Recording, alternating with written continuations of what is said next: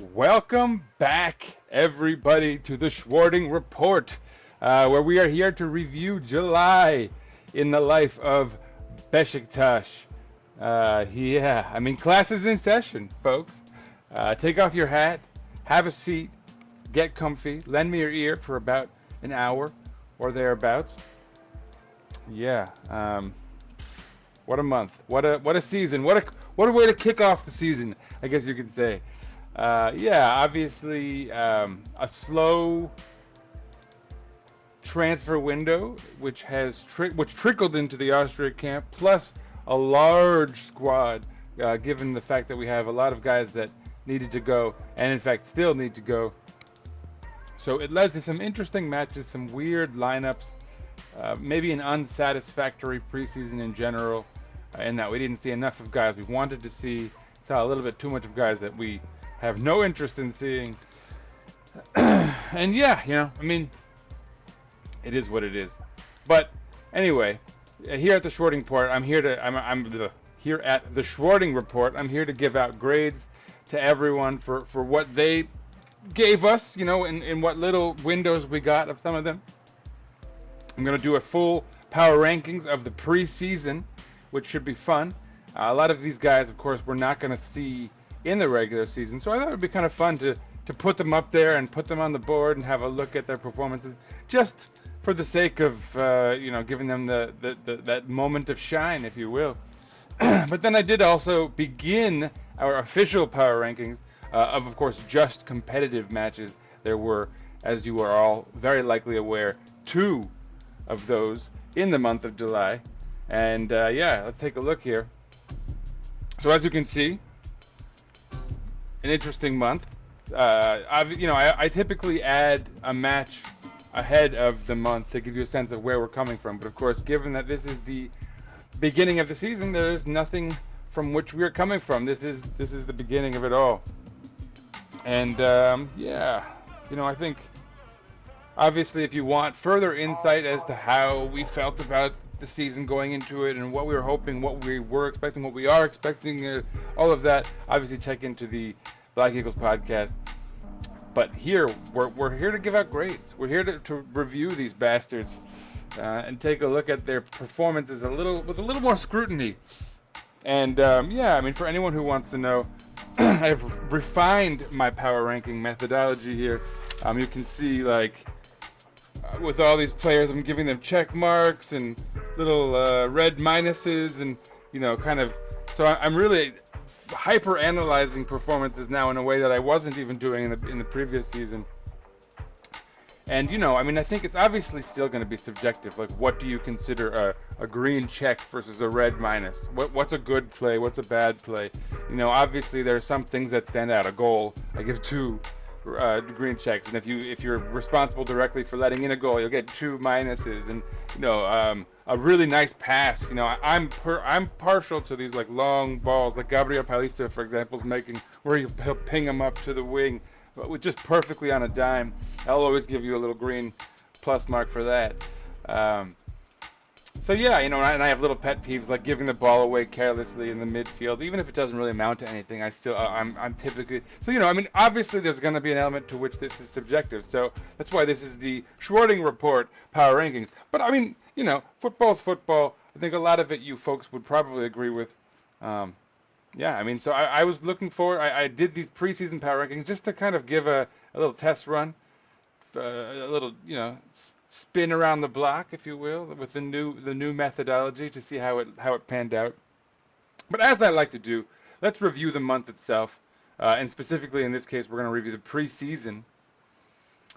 You'll notice that I have my headphones on. Obviously, in the last couple ones, I've tried to use my fancy mic, and for some reason the volume is just too low on it. I think I have to get up real close to it, but whatever. I'm not, it's not a big deal. Ultimately, let's dig in. Let's talk about the preseason. I hope the sound quality is good. I turned the background music up a little bit. I hope I didn't do too much. It's still a work in progress, but couple episodes in, I think we're starting to get things together over here. So we'll start, of course, with St. Pölten, in which we won 2-0 or 0-2. Everything was a road game. We were playing in Austria against a bunch of Austrian sides. It's worth noting that St. Pölten is the second division side that wasn't really competing for promotion into the top flight of Austrian football, but wasn't like a bottom dweller by any means. I think they ended in 6th place. But so, yeah, we beat them. Semih Kılıçsoy, Salih Uçan scoring goals. Assists by Can Keleş and Tayfur Bingöl. I thought that was noteworthy. Yeah, a pretty decent start to things. I mean, sorry, I'll go back. You can see the stats. We dominated in pretty much every metric. 634 passes completed. But it's worth noting we allowed them to complete 418 passes, which, again, a sort of middling second division Austrian side. You'd like to have seen a little bit more. Obviously, we didn't come out with a full starting lineup. It was a makeshift sort of thing with Semih Kılıçsoy starting. I think it was. Here, I'll put out. I know for sure Tammy Abraham was not yet starting in this match because he hadn't yet joined the side, and then he came in and he didn't even play immediately when he had the opportunity because he had to train with the squad for a little bit. So his first match wasn't until Wolfsberger, which would be the real, I think, you could say kind of competitive kicker, if you will, for the season. Kickoff, whatever. You know what I'm saying. But so yeah, against St. Pölten, we started. I don't know why I didn't include this. I thought I was being slick. Oh, we'll just grace over this. It's not gonna be a big deal. But yeah, why not? Let's talk about it. It was actually Mustafa Hekimoğlu who started up top with Rafa Silva behind him, João Mario. Kenny Arroyo started on the wing, which was exciting, I think, for a lot of us. Kartal Kayra Yilmaz next to Amir Hadziometovich. So Demir Ege Tiknaz did not play here. At this point, we thought, oh, he might be going back to Rio Ave, where he played last season. Felix Udokai, and Gabriel Paulista played in the middle, with Svensson and Jurasek debuting on the flanks, with Ersin Destanoglu in goal, who, again, kept a clean sheet, I guess you could say. Also featuring in this match was Göktürk Baytekin. Second match, things didn't go quite as well. You can see the starting lineup was even more ad hoc, with Rashica playing up top, Jedson Fernandes on the wing, with Rafa Demir Ege Tiknaz and Kartal Kayra Yilmaz playing in the midfield, Kenny Arroyo on the wing. Not, a pretty solid defense. Mert Günok back in goal.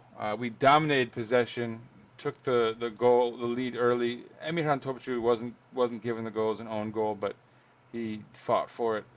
It looked like we were going to just hang on to this one. Uninspired performance. Most of the ball, as you can see, 66% of it. But they were still getting too many shots, I think most would agree. Not especially dangerous ones or anything like that. I mean, we did complete 529 passes.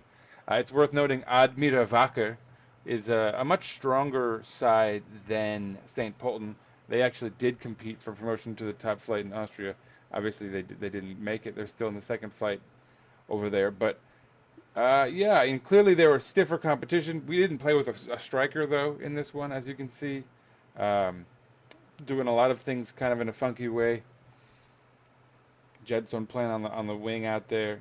Yeah, I don't know. Obviously, we weren't pleased with this, but I mean, we struggled creating chances towards the end of last season, and so it sort of, this was just carrying that on, and it made sense, right? Like, how are you gonna, even if you did create chances, who's gonna put them away?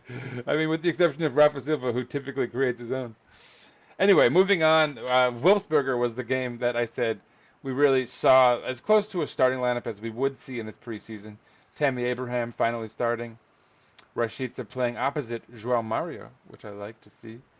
Rafa Silva playing in front of Kartal Kayra Yilmaz and Demir Ege Tiknaz. Yeah, defense pretty much what you'd want to see. Mert Günok back there, and yeah, it was disappointing. They scored the first goal. Demir Ege Tiknaz equalized. Pretty nice finish, all things said. They took the lead again. Kartal Kayra Yilmaz equalized. Lovely goal, by the way. A free kick. Nice little spin on it and everything. Yeah, it was great. But we didn't win. And I mean, obviously, the second half, they won the match. They took the lead, and we had largely put in subs and stuff like that. But, still, it was not great to see. this. I mean, of course, it was also Tammy Abraham's very first match with us, and it would be the only match we'd see of his until competitive play. And although he wasn't good in this one, obviously he got enough legs to be quite good in our Shakhtar match. But we'll talk about that later on. And we closed out the preseason with perhaps the most disappointing match of all. So we played a second division Czech side, Petržalka, and lost. Granted, as you see here, the lineup was pretty wild, and both goals in the first half were a product of Necip Uysal and Tayyip Talha Sanuc screwing around in the back. Emrecan Uzunhan, I think, gets a bad rap here by proxy of being on the back line in a half that was not good, but I don't think he was responsible for anything. Neither was Emirhan Topçu. And yeah, I mean, you saw Elan Ricardo play, which was fun. Amir Hadziometovich, Tayfur Bingu in the midfield, which was, Kenny Arroyo, obviously, and he was quite good in the first half, even though we weren't. And I mean, again, who was he going to set up with Salih Uçan playing as a striker in this one, and Emrecan Tezi on the left side. So yeah, very experimental lineup. Obviously, it didn't pan out. Second half was much better. Mucci scores a goal. Al Musrati and John Onana come in and have pretty decent performances. I mean, maybe they found their level. The second division Czech, was it Czech or Slovakian, whatever it was. Anyway, but so yeah, let's dig into these a little bit. The pre-season power rankings, and I almost feel bad making this guy last. I wasn't even going to include him, but Emre Bilgin played a half against Admira Wacker. Poor Emre only got a half against them, in which he allowed the second division Austrian side to equalize and tried to play as a sweeping keeper despite not looking especially comfortable passing the ball. Lots of goofy passes. Didn't look very comfortable back there at all. I mean, again, it's tough. You hate to judge someone too harshly on just a half of preseason football, but... And by the way, so if you are a Patreon subscriber, you're listening to this perhaps right after I've released it. I will also be including all the graphics for what I've done there, so you can see them more carefully. If you are just seeing this on YouTube, this is like a week after it's released. You're seeing this late. You're not going to really get these graphics. You're not going to be able to see what I've written here. You're not going to get, you're probably not going to get a very crisp view of the lists I've made for power rankings and all that. If you'd like to see something, A, more promptly, like right at the beginning of the month, and B, more closely, if you'd like to see some of these documents that I've created, you should subscribe to us on Patreon for reals. Yeah. If you are a premium subscriber on YouTube, you'll get this on the day I release it, at the beginning of the month. And if you are a Patreon subscriber, you will get this when it's released, and you'll get all those documents. So definitely do that. Plus, you're supporting a pretty good group of guys, if I don't say so myself. But anyway, so yeah, the worst preseason of all was had by Emre Bilgin, who played only one half of losing football against the second division Austrian side, in which he was, in large part, kind of responsible. That's maybe harsh, but whatever. The back end of the list is filled out by some others. Milot Rashica. Oh, Milot, you poor fella. 2 poor performances against Admira Wacker and Wolfsberger put him on thin ice. It has nothing to do with these power rankings yet. Of course, this is just the preseason, but that terrible first leg performance against Shakhtar might have sunk him through said thin ice. In 31st, Tayyip Talha Sanuc, who I already mentioned played a negative role in that one start he had. Having ended last season terribly, Tayyip needed to have a good preseason. He started okay against St. Pölten, sort of, but was one of the worst players on the pitch against Admira Wacker and FC Petržalka, which are 2 sides that he should be more than capable of being good against. So, I don't know where you go from there. Up above him, Mustafa Azem Yortac. I was under the impression that Beşiktaş had no central defensive prospects, no central backs. So much to my surprise, this kid sauntered out in the second half of the last friendly match, the last against Petržalka, that is, and he looked really solid.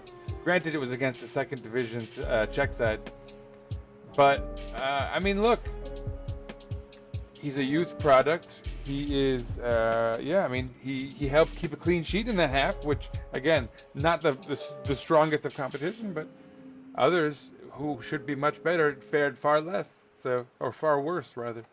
And then, so right up above him is Göktuğ Baytekin, who is only 20 years old, but played in the second half of the first preseason match against St. Pölten. He wasn't called on much, but helped keep a clean sheet and held his own. You know, also not especially comfortable passing. Not sure why he was trying to do it as much as he was, but kept a clean sheet against a weak side. What are you gonna say? Hard to say he earned our backup role. It's probably still Ersin's, but who knows? Speaking of Ersin, and he's there because he played more, right? I mean, these are power rankings, so your impact. If you play more, you're likely to be higher up on these because you sort of garner points for the more you play. So Ersin played a solid first half against St. Pölten, and then less solid 90 minutes against Petržalka, though the result was hardly on him. Middling stuff from him in limited minutes. That said, I doubt he's going to take Mert Günok's spot. Right above him, Tammy Abraham in 27th. People will be maybe disappointed to see him there, but it's probably worth noting he arrived about a week into our Austrian camp. He only got a single, relatively unimpressive half of football in the preseason against Wolfsberger. He was still getting on the same page as his new teammates for sure, and I mean, it paid off actually. He was much better when he played in competitive football matches later on, not much later on. Number 26, Al Musrati. He fared so poorly in the first appearance against Admira Wacker that most did not notice that he played, I mean, uninspired, but I say decent. Really, he played good. But again, it was against FC Petržalka, a second division Czech side. So take that with many, many grains of salt. 25th, Necip, the GOAT, Uysal. Necip played pretty well against Admira Wacker, but then played a negative role in Petržalka, shocking Beşiktaş's B/C/D team in Austria. That he played as much as he did reveals a need for depth at right central back. Same could probably be said for Talha Sanuc. I'm going to have a hot take on that in a moment. 24th, we have Elan Ricardo. Elan got one half to shine, and he just played okay. He completed a surprising amount of passes, even if they were unexciting and conservative. His dueling was solid, though it was a small sample size. Just about sums it up. I mean, the fact that his passes were always lateral or backwards, that didn't help his cause, I would suspect. Plus, apparently, he's one of these kids that doesn't train well, so that's not going to help him much either. Right above him is Jean Onana. The second half against Petržalka, in which Beşiktaş held their Czech opponent scoreless, was a marked improvement, and Onana quietly played a role in stabilizing the midfield. Clunky passes and all. And his passes started clunky, but they got better as the half progressed. He has been included in the Europa League squad for this coming Thursday's match against St. Patrick's. So, I don't know. You see the fact that he's this high in the rankings, maybe it's not unwarranted. Bit of a hot take, perhaps. Number 22, Mustafa Hekimoğlu. He played a bit like the less refined early 2024-25 version of himself against St. Pölten, then went down to an unfortunate injury early in the match against Admira Wacker. After a decent start, I mean, it looked like he had a little verve coming in off the wing. You would have hoped he could have stayed out there and maybe put a little pressure on them, scored a goal. Obviously, we end up drawing that match, and he gets injured for a little while. He's still out, although supposedly he's back in training. Knock on wood. And then next up, people will be surprised to see him this high up. Again, I think he and Onana are my two early hot takes. Emre Can has unfortunately become something of a poster child for poor spending, given he was like a $2.5 or $3 million signing plus, I think we only got 50% of his. So I mean that is what it is. But Nonetheless, he's not really been given very much of a chance to shine. Against Petržalka, he played in that terrible first half, though both of their goals came on Tayyip and Necip's side. He was actually decent, I thought. Ole said nobody really changed his mind about them. And I thought that was a shame. I thought Kenny was really good in the first half. And I honestly thought Emrecan Uzunhan was not bad. A bit of a hot take. Onana also, I thought, was not bad in the second half. Number 20, Fahri Ay. Fahri didn't necessarily play better than some of the guys beneath him on this list, but he played more than them. And in matches in which Beşiktaş didn't play like complete ass cheeks.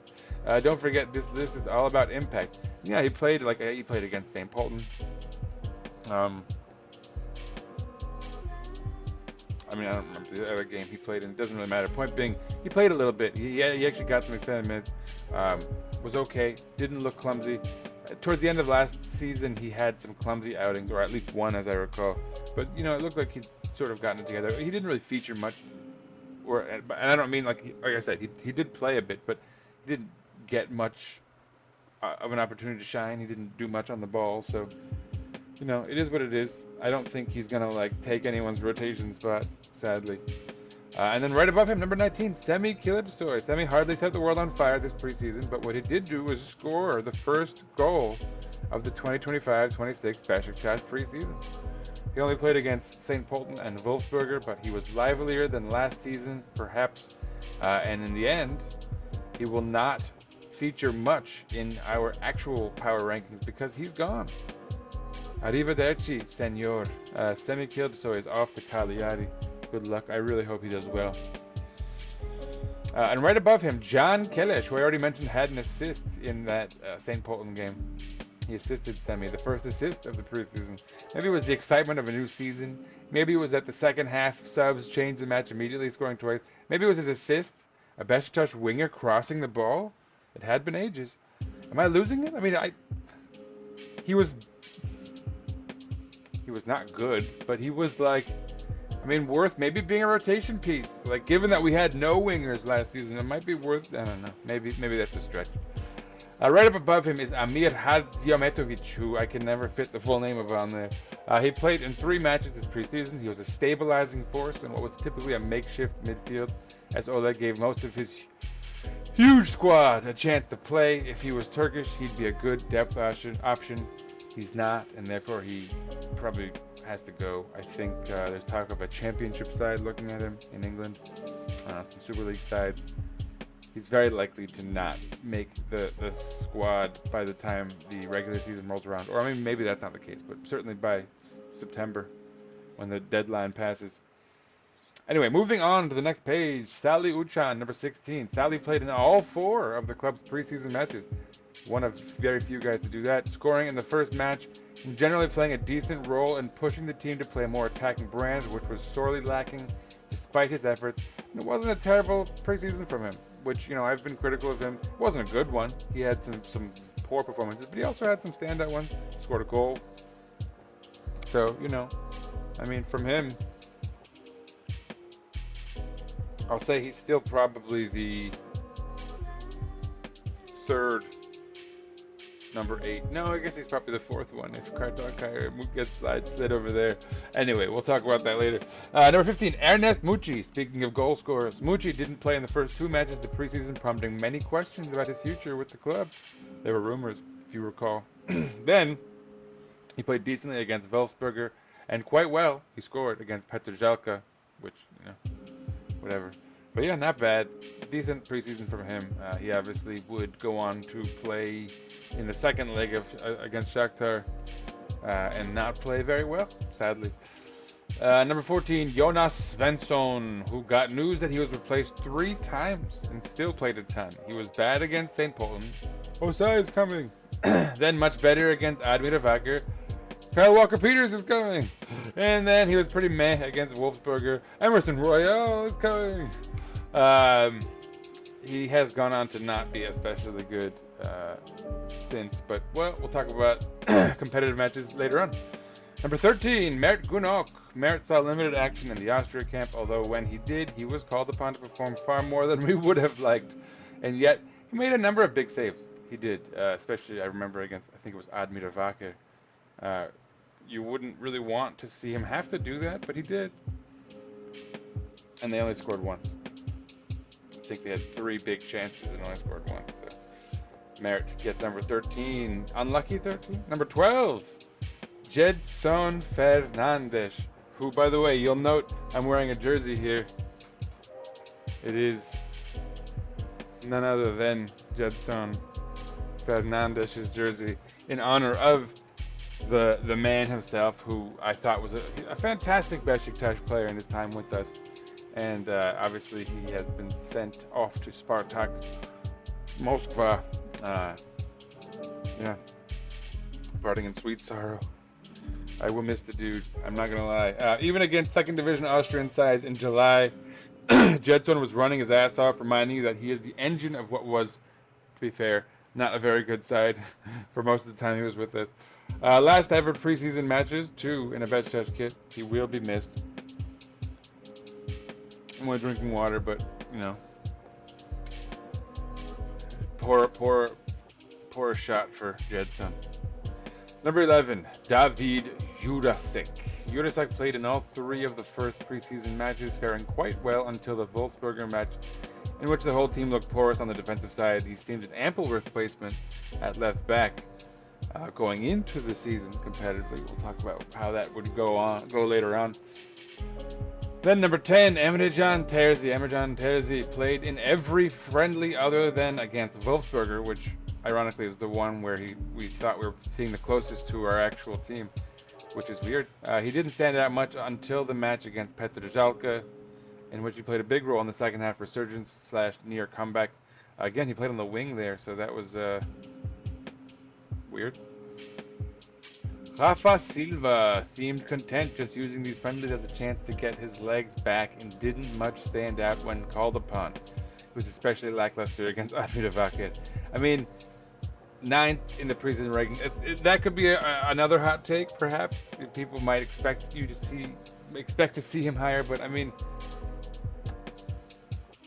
I don't know how to say this kind of. I mean, he's not a trainer, right? He shows up when games matter, typically. Moving on, we're on the final 2 pages. Number 8 in the preseason power rankings, Felix Udokai was a steady hand defensively as usual. His best was on display against Admira Wacker, but he wasn't poor in his other appearances. A decent preseason that will hopefully translate into a good season. Let me manifest that, put that into words. Number 7, Kartal Kayra Yilmaz. This preseason has to have gone down as a positive one for Kartal, who finally broke into the squad's rotation this season, or so it would appear at the moment. He was solid against Wolfsburger, but even better against Admira Wacker. Yeah, I mean, a great preseason from Kartal Kayra Yilmaz. I don't think anyone would disagree. Only eclipsed by perhaps Tayfur Bingöl. Tayfur Bingöl assisted twice in the preseason, may well have cemented himself a spot in the club's rotation in the process as a backup right back or even left back in a pinch. He was tried as a central midfielder against Admira Wacker, but that did not go well. Too bad. I think that might have also been the case against Petržalka. Anyway, Kenny Arroyo, number 5. Maybe also a hot take. Kenny was decent against St. Pölten and Admira Wacker, but then ironically at his best against FC Petržalka, easily the low point of the preseason. Sadly, Kenny reportedly hasn't trained well and may have to fight for playing time. Which, you know, now that Rashica also seems to be on the rocks, I mean, you'd hope that means Kenny's going to get some playing time. I mean, we all want to see it. For more, if you want to hear myself and Khan talk about how much we think Kenny should play, listen to the last episode of the Black Eagles podcast. We were definitely in agreement on that. Anyway, top 4. We have number 4, Gabriel Paulista. This preseason was proof that when healthy, Gabriel Paulista is easily one of the better central backs in the Turkish league. Stellar outings against Admira Wacker and Wolfsburger offset a relatively poor start against St. Pölten, which again, it was a clean sheet, so it wasn't that bad. I mean, second division Austrian side, so whatever. Anyway, number 3, João Mario. João Mario is something of a mystery in that you never quite know what you'll get from him, but this preseason, he was consistently good. He was undoubtedly the team's best player against Wolfsburger, in which he did score. Number 2, Emirhan Topçu. I rated Emirhan the 3rd best player on Beşiktaş in the first 2 matches of the preseason and 4th best against Petržalka, where he was actually left back. Despite a minor hiccup against Wolfsburger, it was a very good preseason for the defender. I think he certainly cemented himself as our 3rd central back. Not that that was really at risk. Anyway, the best preseason of anyone in the squad was had by Demir Ege Tiknaz. Demir Ege started the preseason being on the verge of a permanent move to Rio Ave. After being a top player in all of the team's first 3 outings of the preseason, he looks like a major improvement to the squad's depth. I mean, what can you say, right? I don't think anyone would disagree with that. I mean, let me know in the comments if you disagree with any of my other preseason power rankings. Bear in mind, this is just about the preseason matches. I'm going to talk about the Shakhtar matches and our competitive matches in a moment. So, you know, keep that in mind, you know, while you in your criticism. But so yeah, I'm gonna blow my nose real quick. Excuse me for that.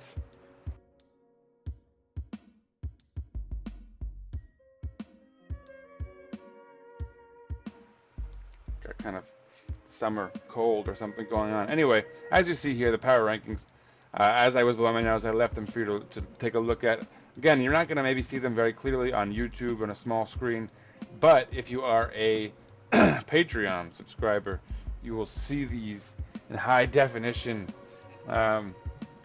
downloadable or just scrollable. But so yeah, check that out, subscribe, all that good stuff. Yeah. And you're supporting a good cause. Some really good dudes, you know? Anyway, moving on. So as I said, that was our preseason power rankings, but I did begin the process of compiling our regular season power rankings, which, again, only 2 matches, so I didn't want to spend too much time on it. A little refresher of how those matches went. Not well. We lost the first match 2-4 at home. Paddy Abraham scored. Tammy Abraham. Wow.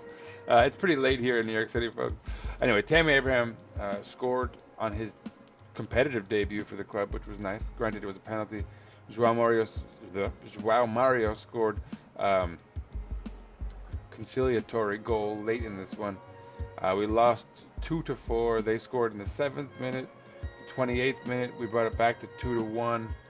In the 40th minute, they scored again in the 67th minute. We brought it down to 3-2, or 2-3 rather, in the 87th minute. And then in the 96th minute, Kevin scored their 4th goal, which was a bit of a backbreaker. As you can see, the lineup, Tammy Abraham, Orkun Kokcu finally got a start there. Jedson, his final appearance with the club. It's nice that he made it a competitive appearance with Beşiktaş. I think he'll show up on the power rankings. Granted, he'll be at the bottom for the bulk of the season, but I'm just glad he's going to be on there one last time. Obviously, that won't be the case next year. But yeah, so I'm not going to do the whole breakdown of every player because it was just 2 matches and 2 shit matches that I don't think any of us want to relive. As you can see, for the lineups, you know,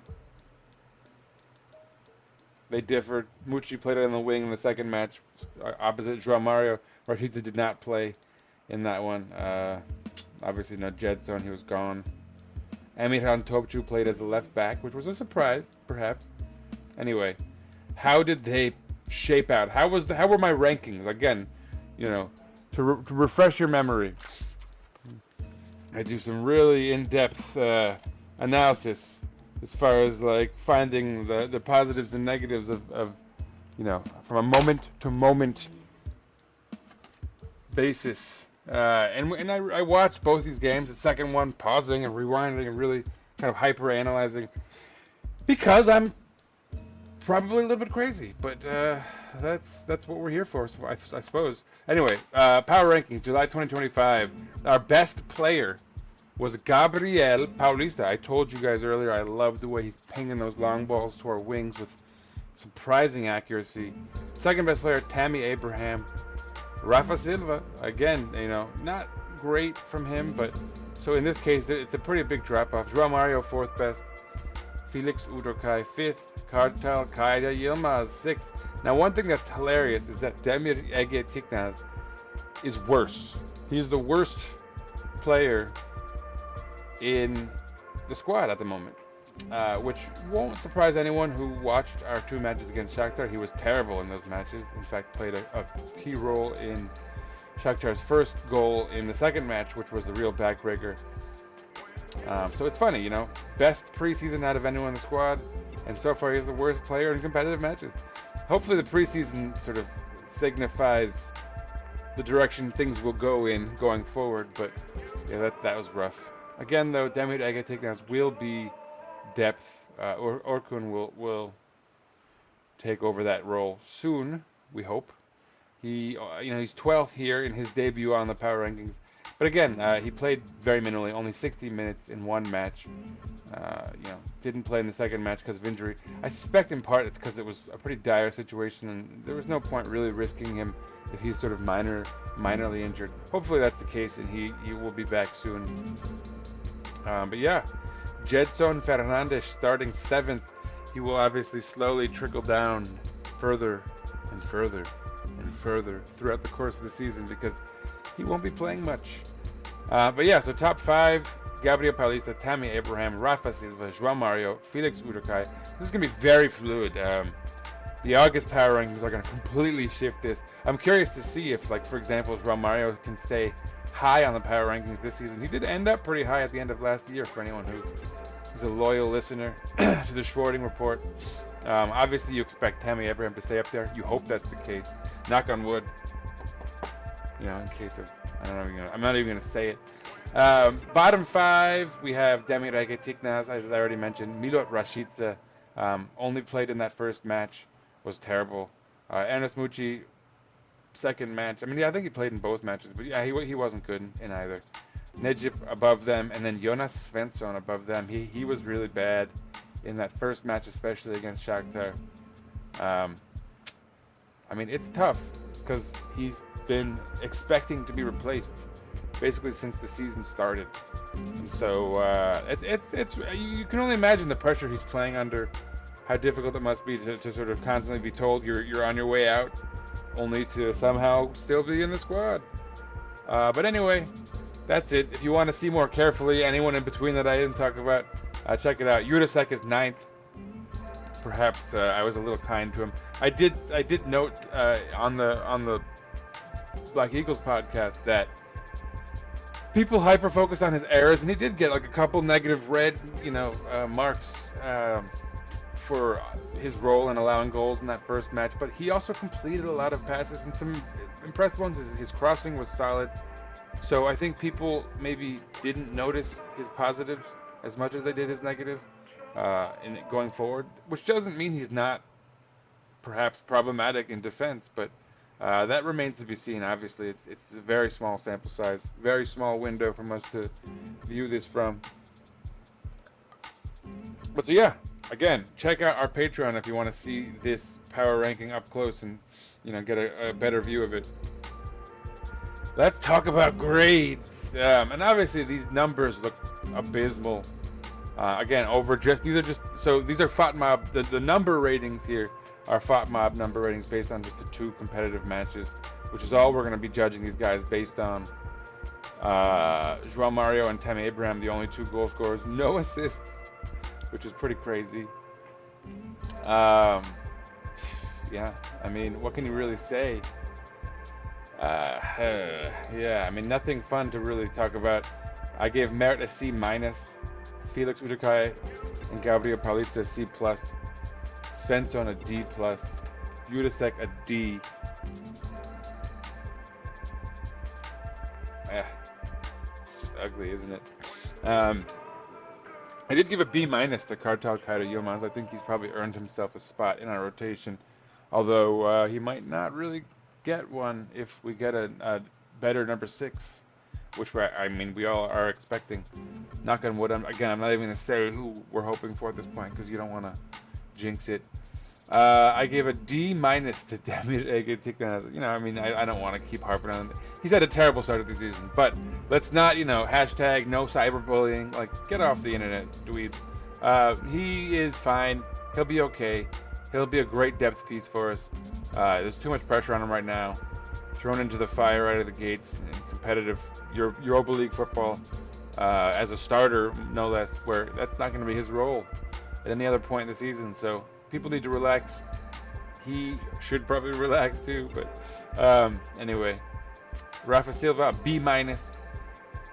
What are you going to say? Milot Rashica, D minus. Pretty much as bad as Demirege, really, right? João Mario, a B minus. Tammy Abraham, a B minus. I think that's the best I gave. Ah, nope, psych. I gave a B plus to Jedson. Because I mean, his only appearance was a good one in that first match against Shakhtar. He was the only player playing playing well, you could even say. Especially when he moves to the center of the pitch. Yeah, I don't know. Mucci, C minus. Orkun, C. You could really give an incomplete, but Semi, C minus. Amir, I gave him a B.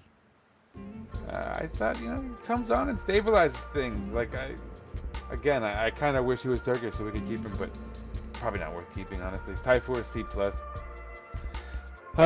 Teacher's pet, Tammy Abraham. For no other reason, because of how he spoke after that first game. You know, seeing them celebrate, he was like, you know, F them kids.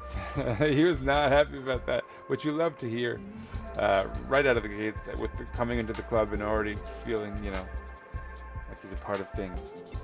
Class Clown, Serdal Adale, which is going to be a part of the grade I give him. Saved by the Bell, Demir Egetiknas, by which I mean he was just about gone. Leo Ave was buying him. We were waiting for the documents to come in, and for some reason they couldn't afford him. We got lucky. He got lucky. Everyone got lucky, right at the bell. And sure enough, he comes in, has a fantastic preseason. Luckily, before he had those competitive outings to ruin things a little bit. But you know, I think he played well enough in the preseason that it's pretty well past doubting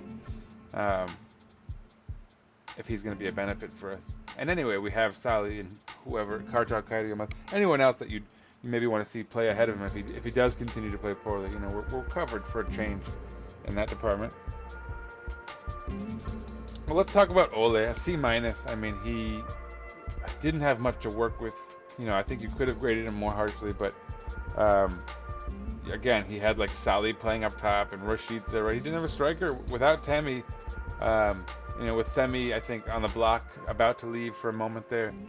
You know, he didn't have anything to work with, so I didn't grade him as harshly as I did Serdal Adale, who I really wish the financier could have provided us with, you know, his analysis as he likes to do. But you know, as you guys will recall from the last episode, he was on his way. You know, he's in the airport. He's going on vacation.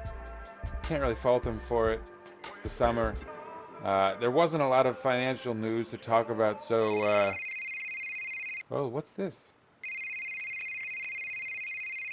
Is he calling? I better get my. Okay.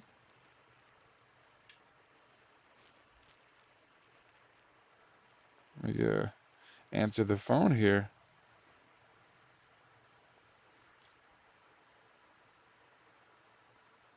Excuse me, folks. I gotta answer. Whoa. What's this about skipping this segment? I'm back from holiday and ready to lay out the headlines of July. So here goes. A high over analysis, since it's difficult to assess what really happens behind the scenes on the Adal silent treatment. While I'll leave the performance and result of the transfer window so far to you, expectations around marquee signings have been met with disappointment after bringing in notable transfers like CAMEO or Orkun. We have to applaud the organization of Orkun signings though. Negotiations for various targets failed or dragged on. Overall, the board has been criticized for being too late to act, bringing in essential players far too late, though it was known for months which positions needed strengthening. What I'll also say is that the club is entering a heavily installment-based debt structure to fund the transfers, with staggered payment obligations stretching over multiple years. This puts significant pressure on future budgets and leaves financial turnover vulnerable to delays and underperformance. With other previous liabilities, such as reported tax debt or stalled real estate revenue, this liability adds to an already strained outlook. Caution is required. While I'll also have to add, with the current financial picture and the financial choices Adel made, there are not many other options to bring in new players, especially if we want to compete for the championship. Beşiktaş is reportedly carrying around 3 billion in TL in back taxes, a liability so large it could involve seizure of assets or state intervention if the club does not come to an agreement with the tax authority. It's unclear how this was planned for before it became urgent. Off-field controversies also intensified. In July, the stadium hosts events linked to an organization wildly criticized as political and impossible breach of club bylaws, banning political activities. While most fans condemned the board for allowing it, it does look like they didn't have much of a choice. Then there's the state of the pitch, which came under scrutiny just weeks before critical matches. Questions over its quality, possibly overly sandy or simply degraded, raised alarms among supporters and journalists, yet nobody from the board cleared up the current state of the pitch. So communication, that's been another problem. With no clarity on Ole Gunnar Solskjaer's position, rumors spread unchecked. The board remained silent publicly, responding through media leaks or sports reporters rather than through official channels. That void fed speculation and frustration. Adel even seemingly scolded fans for demanding transfers before firing the coach, suggesting some supporters were being overzealous, further alienating a fan base eager for necessary change. About sponsorships, yes, some small extensions were signed, but nothing substantive surfaced. Rumors swirled about talks with a potential international stadium sponsor offering 200 million for a 5-year deal, but so far there's no confirmation. The claims have been labeled as overly optimistic or even malicious reporting. When controversy hit, like the PFDK scandal over leaked referee WhatsApp messages or complaints about the fixture draw from TFF, Beşiktaş getting tough starting rounds again, the board stayed silent. No defense, no statements, no damage control. Another eyebrow raiser, a current board member reportedly sponsoring a YouTube media outlet on Beşiktaş, which critics say function as a club mouthpiece, raising ethical concerns about independence or conflicts of interest. Finally, fans were outraged by sky-high ticket prices for the first away match at Kayserispor. Yet again, the board made no public statement. Come to think of it, it might be tempting to save reporting praise for actual accomplishments, but this pattern of postponing clarity, deflecting blame, and allowing counterproductive silence is painting a picture of a board struggling under pressure. So yes, maybe it's time to ask, should we wait to applaud when real results appear, rather than just log more failures? July has been full of missed chances and avoidable controversies. Not a time for celebration. Well, that's your July breakdown. Raw, impatient and sober. The upcoming months will test whether this leadership can deliver on their promises. Until next time, back to you, Mr. Schwarting. Wow. That was awesome. The financier, once again, even cutting his vacation short to help us out.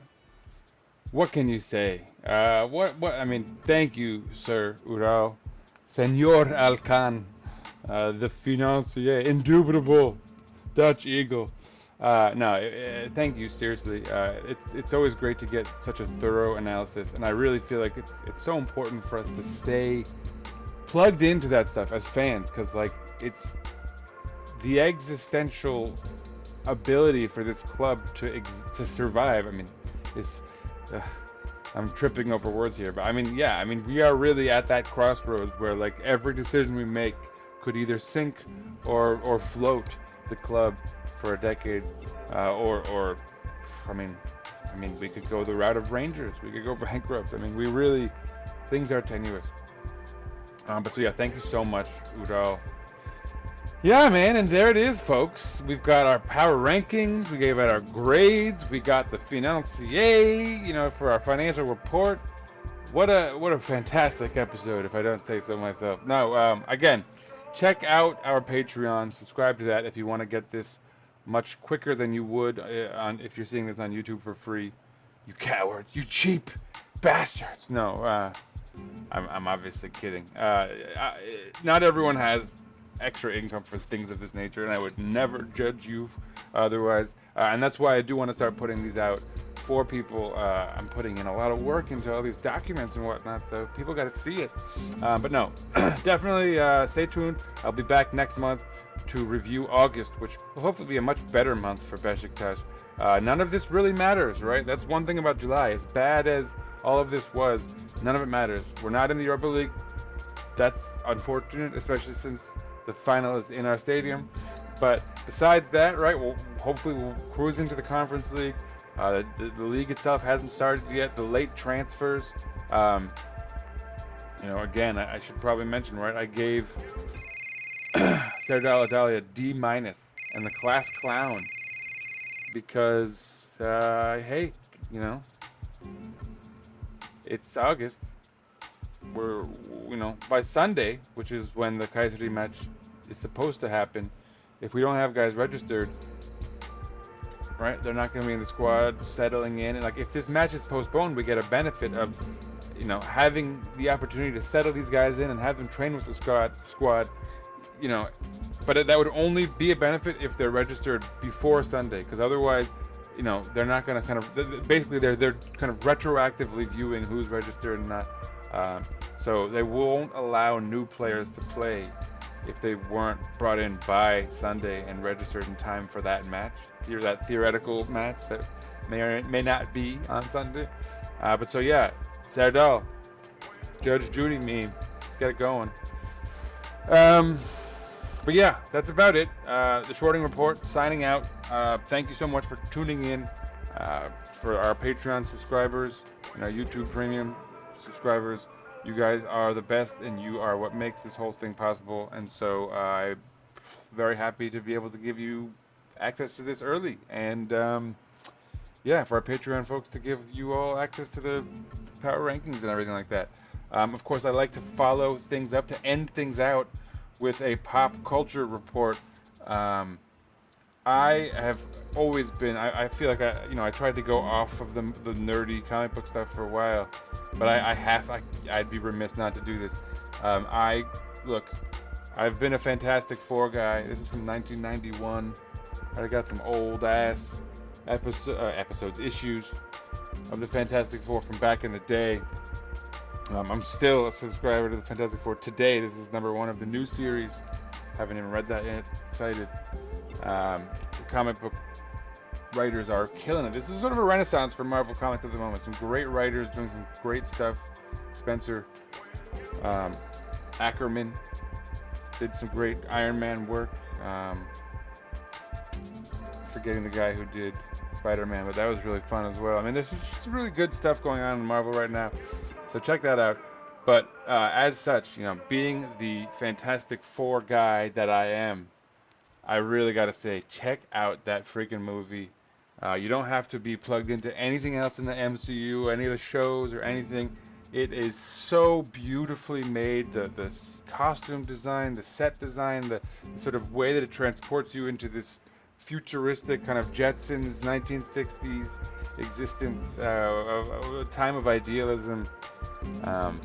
Really a beautifully put together film that, beautifully put together film. I mean, it's not like One Flew Over the Cuckoo's Nest or anything. It's a freaking comic book movie, but it's a lot of fun for anyone who's into that type of stuff. I highly recommend it. And as a Fantastic Four guy, I think they did a fantastic job of, see what I did there, of bringing you into that world and kind of setting the stage for, I don't know what's to come, but I'm eager to find out. But so anyway, peace out, everybody. Class is dismissed. I hope you enjoyed my power rankings and sort of preseason review and all of that good stuff. Of course, once again, shouts to URAL Alkan, the FINANCIER. Shouts to Jedson Fernandes. You will be sorely missed, my dude. And not because, Orkun will probably be better than you, man. It is what it is. But I just mean, you were great. and I don't think you were ever the problem.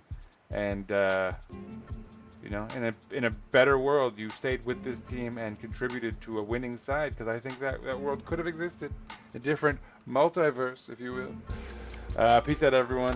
Stay tuned for more. Obviously, we'll be back with the Black Eagles podcast after this coming match on Thursday against St. Patrick's for the Conference League qualifiers. I can't say exactly when we'll be back, but it will be, you know, around, you know, sometime, maybe Thursday or Friday or Saturday or Sunday or Monday. I mean, Monday is the typical day we do it. So anyway, stay tuned for that. I'll see you next month. Signing out from the Schwarting Report. Class is dismissed. You can pick your phones back up. Bells ringing. Oh, I should get a bell ringing sound. That'd be cool. Anyway, peace out.